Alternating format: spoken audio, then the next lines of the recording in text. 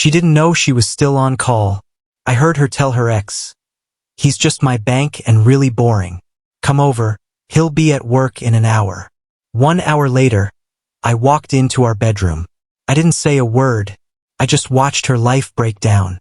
My name is Ethan, a 34-year-old emergency room doctor living in Denver, where life is measured in heartbeats, crises, and the weight of every second. My work demanded precision, patience, and control, and I took pride in being that calming presence amid the chaos. My life outside the hospital was simple but fulfilling, especially with Grace by my side, or so I believed. She was vibrant, social, the type of person who lit up a room just by walking into it.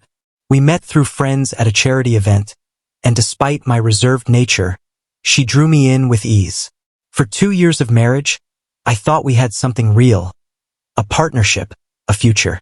We shared everything. A modest but comfortable home, our finances, our dreams. I trusted her fully. She knew every password, had access to every account. I didn't think twice about it because that's what love meant to me. Complete trust. But one call changed everything. It was a routine evening, like so many others.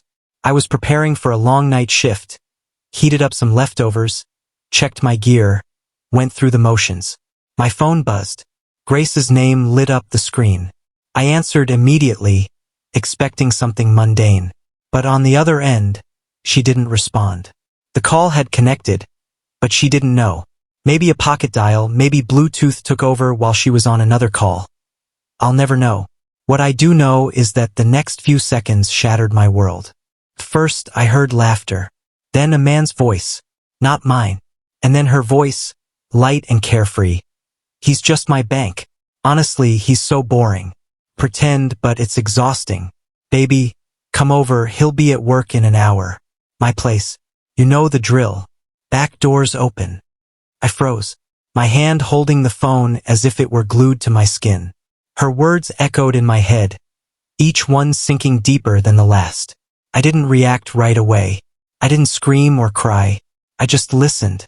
Then I finished getting ready, drove to the hospital, and spent the next several hours performing my job as if nothing had happened. But I wasn't there. My mind replayed her voice over and over again.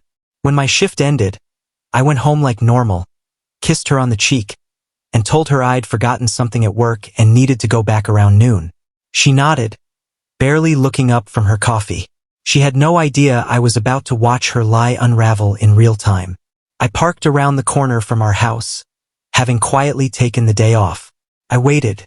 At exactly 11:52 a.m., he arrived, Jake, her ex. The same man she claimed was a closed chapter.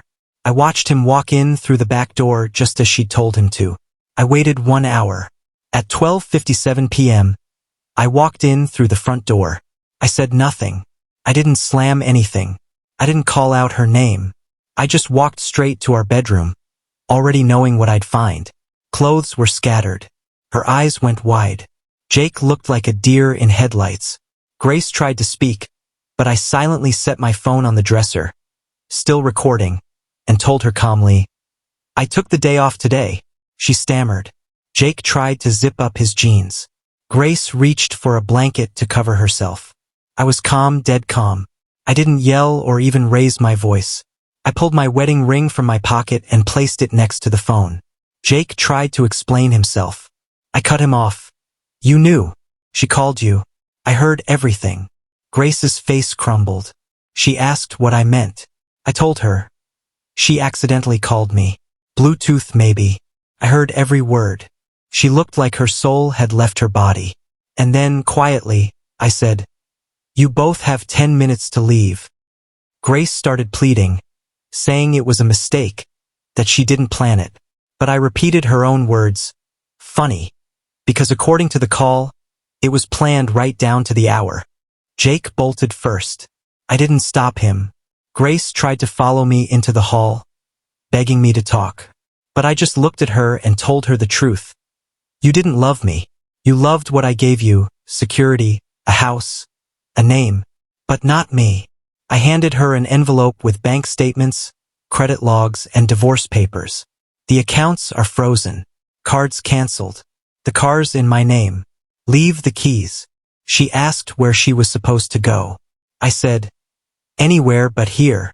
That afternoon, she left with 2 duffel bags and no plan. Could have screamed, could have lashed out, but instead, I let her live with the consequences of her choices. Over the next few days, I contacted her parents, sent them the recording. Her father, a tough, no-nonsense guy, called and simply said, I'm sorry. Her sister texted me in tears. I wish I could say I'm surprised. Grace showed up outside my work, outside my apartment, left notes, sent emails. She waited for hours in the rain once. I let her cry. I let her talk. Then I said one sentence. I hope one day you understand what love actually means. And I walked away. I changed the locks, sold our bed, adopted a rescue dog named Baxter. The house was quieter, but it felt like home. Grace tried to blame me later, said I worked too much, that I was distant. I ignored her.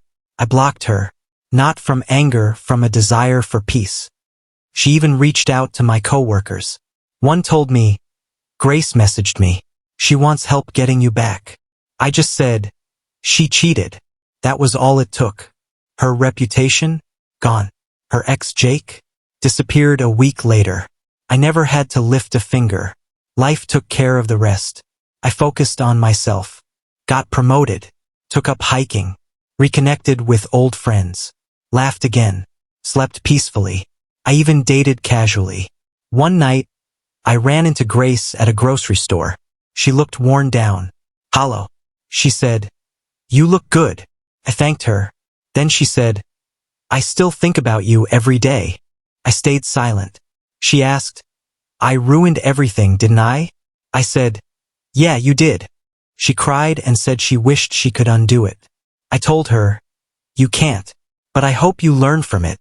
And that was it. I paid for my groceries, went home, fed Baxter, slept soundly. Grace thought I was boring. Just a bank account. She mistook quiet for weakness. She mistook trust for blindness. But I never needed to shout or break anything. I let her actions speak. And I watched her destroy her own life with them. I don't know if Grace ever truly understood the weight of what she did, the casual cruelty in her words, the calculated betrayal in her actions. It wasn't just the affair that broke me. It was hearing her speak about me like I was some background noise in her life, an access point to comfort but never a partner in love. That call, that accidental glimpse into her real thoughts, stripped away every illusion I had about us. I spent years giving her everything I had, time, trust, loyalty, and in just a few words, she showed me I was just a transaction to her. But if there's one thing I've learned through all this, it's that sometimes the most powerful response isn't anger or revenge. It's silence, distance, and dignity. She expected a fight. She expected drama. Instead, she watched me walk away without a word. And that, I think, hurt her more than anything I could have screamed. In the months that followed, I found solace in the quiet. I started rebuilding, not just my home, but my identity. I realized how much of myself I'd sacrificed in that relationship, how many shifts I'd picked up, how many milestones I'd delayed just to keep a version of us alive that she was secretly tearing down. With each hike I took, each morning I woke up without a pit in my stomach. I felt myself becoming whole again. I redecorated the house, not just to erase her, but to reflect me, my style, my peace, my voice. I took Baxter for long walks. I reconnected with family. I stopped apologizing for being quiet, for being focused, for being the man I am. And slowly, that quiet man she called boring learned that he didn't need to be loud to be strong. He just needed to let go of anyone who mistook his steadiness for weakness. Now, when I think back to that day, the call, the walk into that room, the way she looked at me when she realized it was over, I don't feel pain anymore. I feel clarity. Sometimes life has a brutal way of revealing who people really are. And as much as it hurt to hear her betrayal firsthand, I'm grateful I did. Because it freed me. It gave me the chance to reclaim my life before I wasted more of it on someone who never deserved me. So to anyone out there holding on to something that hurts, let go. quietly, calmly, with strength.